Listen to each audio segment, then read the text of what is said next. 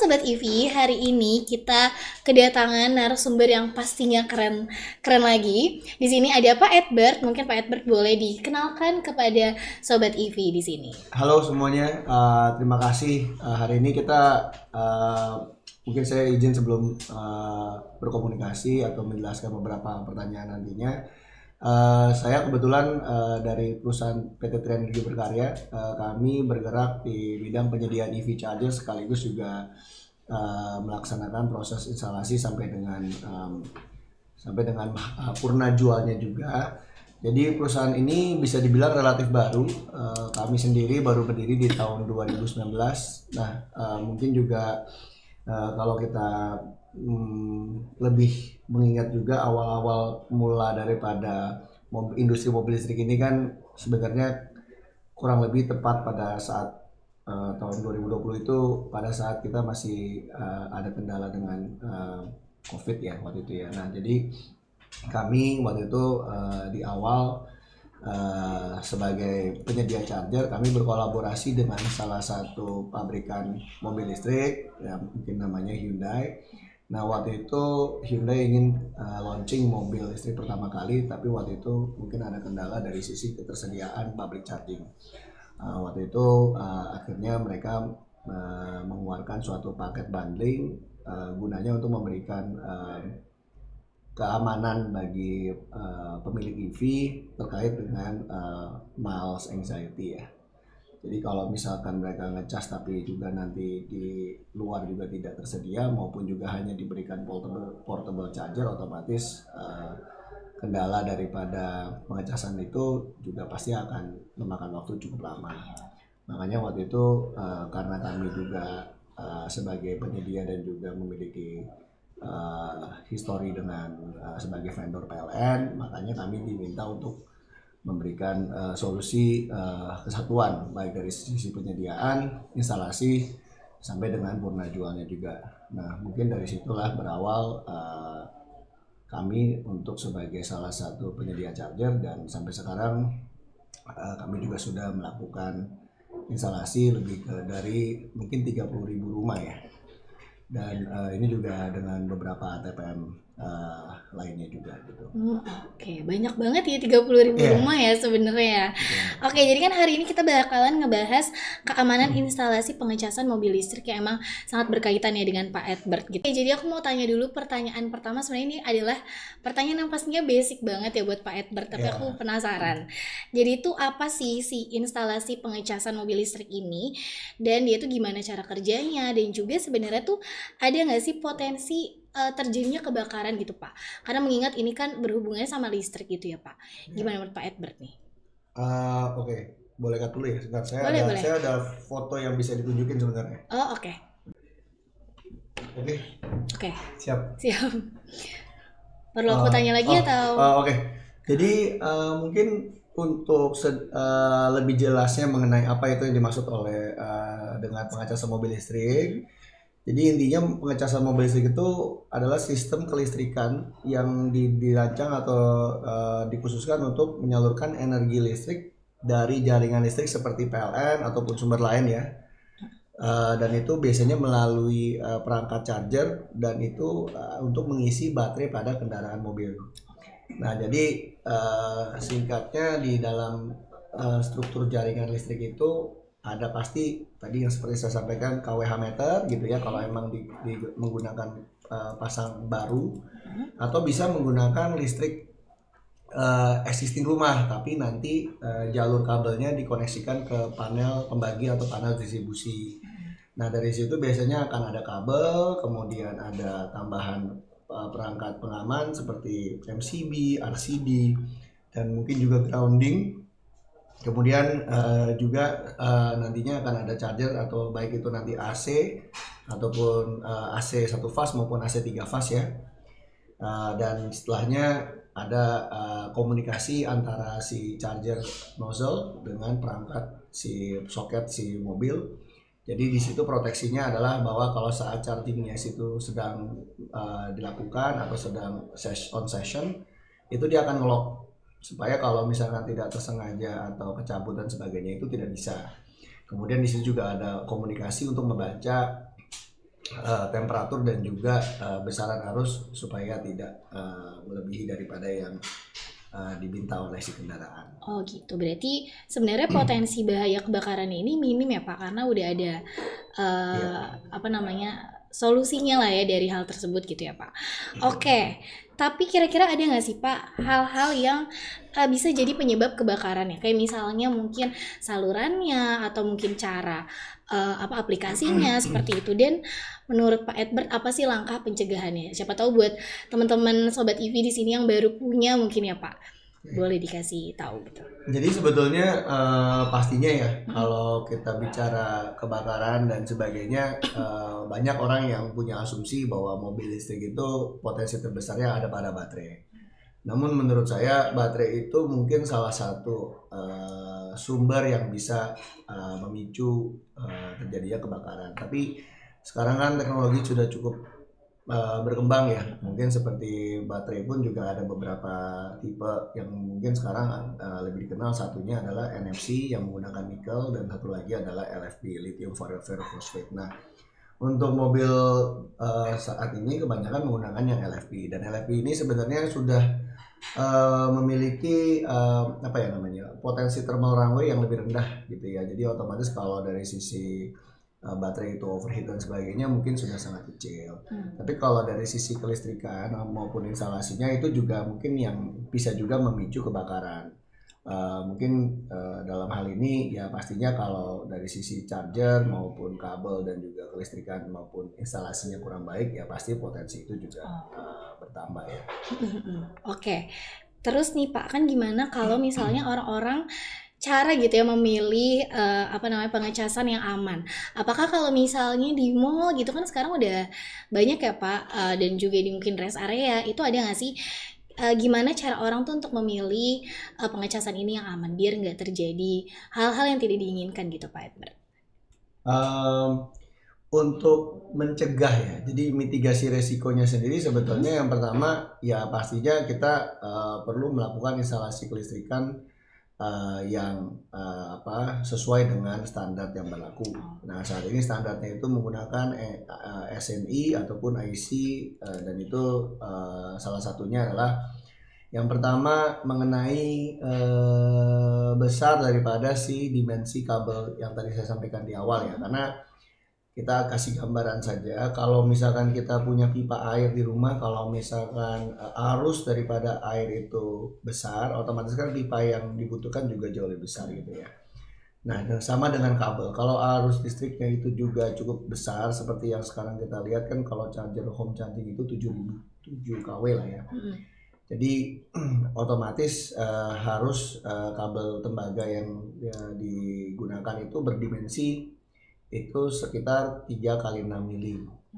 Nah, karena kalau lebih kecil daripada itu otomatis dia akan panas, dan panas itu pasti akan lambat laun akan terbakar. Nah, itu yang pertama. Kedua juga proteksi pada MCB-nya itu juga harus sesuai. Jadi jangan kita juga MCB yang digunakan tidak bisa memproteksi bila mana adanya lonjakan daya seketika dan itu tidak memutus. Nah, itu juga salah satu yang perlu dipikirkan juga. Jadi pilih MCB yang sudah punya kredibilitas. Kemudian untuk RCB sendiri, apa itu RCB? Itu Residual Circuit Breaker. Jadi RCD ini fungsinya untuk memproteksi bila mana, sebentar ya, RCD itu pada dasarnya adalah untuk memproteksi memutus aliran listrik saat terdeteksi kebocoran arus. Perbedaan antara arus fasa dan netral sebesar 30 mA. Serta untuk tipe A ini khususnya dapat melindungi dari DC fault current hingga 6 mA, karena bisa aja dari baterai mobil itu ada kembalian arus DC dan itu harus bisa diproteksi oleh si RCD. Jadi harus RCD tipe A.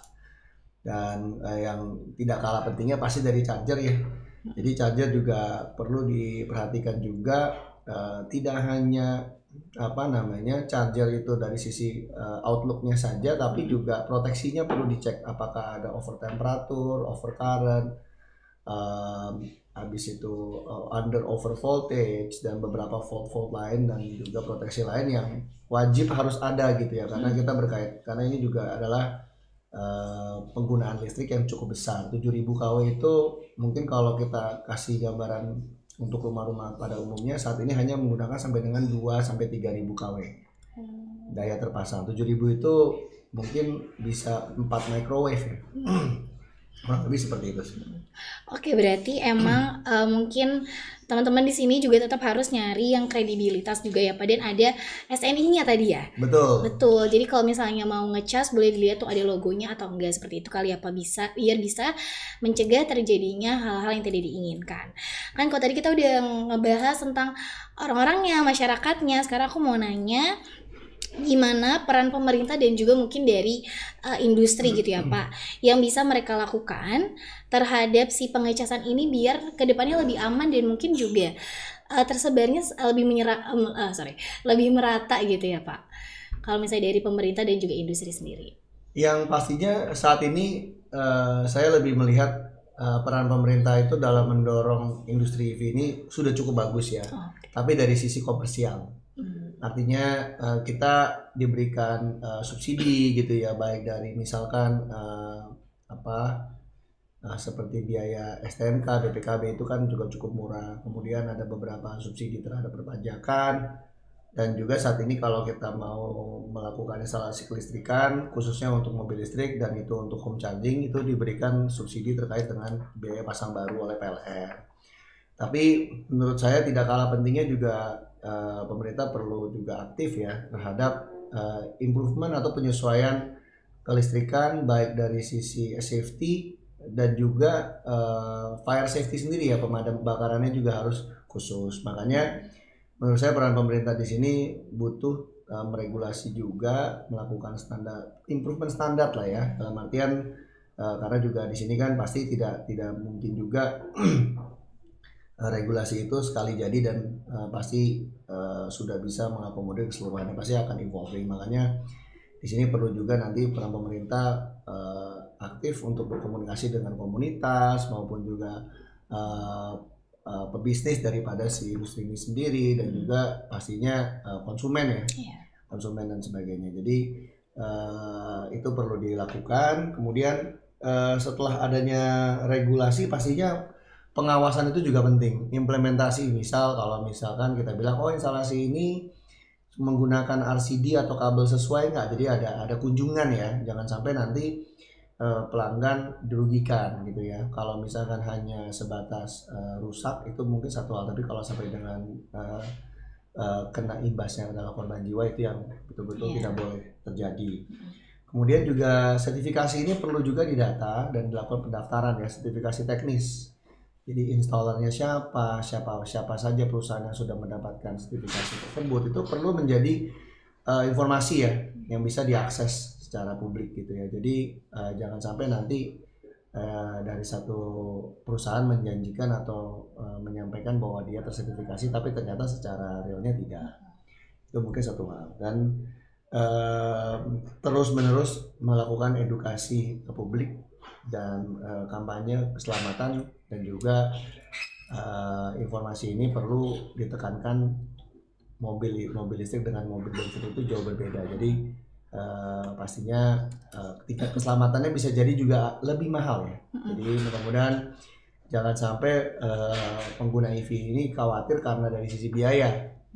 Sebetulnya yang lebih penting itu kan adalah keselamatan. Oke, benar banget nih Pak Edbert. Aku juga mau nanya gimana cara meningkatkan kesadaran masyarakat nih, karena sebenarnya masyarakat kan sekarang masih kurang paham gitu atau masih kurang tahu lah, apalagi pengguna mobil listrik saat dia mengisi dayanya gitu Pak. Menurut Pak Edbert, apa sih langkah-langkah atau mungkin bentuk penyebaran informasinya? Misalnya apa kita harus buat poster gimana caranya mengisi daya dengan baik, atau mungkin yang lebih dekat sama Gen Z jadi video meme, atau mungkin video edukasi. Menurut Pak Edbert tuh yang lebih gampang dan lebih mudah diterima oleh masyarakat tuh yang seperti apa Pak? Sebetulnya menurut saya yang paling saat ini dibutuhkan juga adalah adanya suatu ini ya apa media gitu ya. Mungkin apakah itu melalui sosial media platform gitu, apakah dari sosial media platform resmi, salah satunya mungkin bisa jadi dari PLN sendiri maupun juga nanti dari perhubungan gitu ya, Kementerian Perhubungan dan sebagainya. Karena di situ kan jadi dipahami bahwa mobil listrik itu mungkin perlu dilakukan servis mungkin setahun sekali dan sebagainya, mungkin ada semacam informasi yang bisa diakses gitu ya. Mungkin ini sebagai contoh, tapi juga menurut saya juga dari sisi informasi itu juga perlu dilakukan yang namanya apa pemberian melalui contoh kayak penyuluhannya itu bisa jadi juga lewat misalkan dealer kendaraan mobil listrik ya. Karena pastinya kan konsumen itu pada saat beli mobil listrik kan pasti menanya ke salesnya ya. Nah ini menjadi penting bila dari sisi sales baik dari pihak dealer maupun juga dari pihak penjual mobil kedua dan sebagainya ini memiliki informasi setidaknya poin-poin penting ya dari tata cara instalasi sampai dengan apa yang do and don'ts gitu-gitulah. Nah ini yang bisa jadi cukup membantu supaya saat pembelian mobil itu pelanggan jadi lebih aware about the issue ya, apa yang bisa menjadi mereka bisa antisipasi. Dan mungkin sebagai tambahan juga kita juga dari TEB sendiri juga memiliki suatu platform dan untuk platform yang kami gunakan itu untuk melakukan edukasi ataupun pemahaman mengenai kelistrikan PLN maupun juga do and don'ts dan apa yang perlu diperhatikan untuk instalasi charger. Itu ada di Instagram kami Tri Energi Berkarya gitu. Nah itu bisa dilihat ada beberapa dan itu lebih banyak kontennya mengenai edukasi. Oke, bener banget Pak Edbert. Berarti bukan cuma dari media sosial aja sebenarnya ya, tapi dari sales malah yang sebenarnya tuh paling penting gitu ya Pak. Karena kan kita kalau misalnya mau beli kan emang pasti nanya-nanya ke sales gitu ya Pak. Oke, berarti ini oke banget jawabannya. Terus nih Pak, aku juga mau tanya, sebenarnya ini pertanyaan terakhir ya. Teknologi apa atau mungkin ada nggak sih inovasi baru gitu ya yang berperan besar dalam meningkatkan keamanan pengisian daya ini sendiri? Ada nggak Pak kira-kira?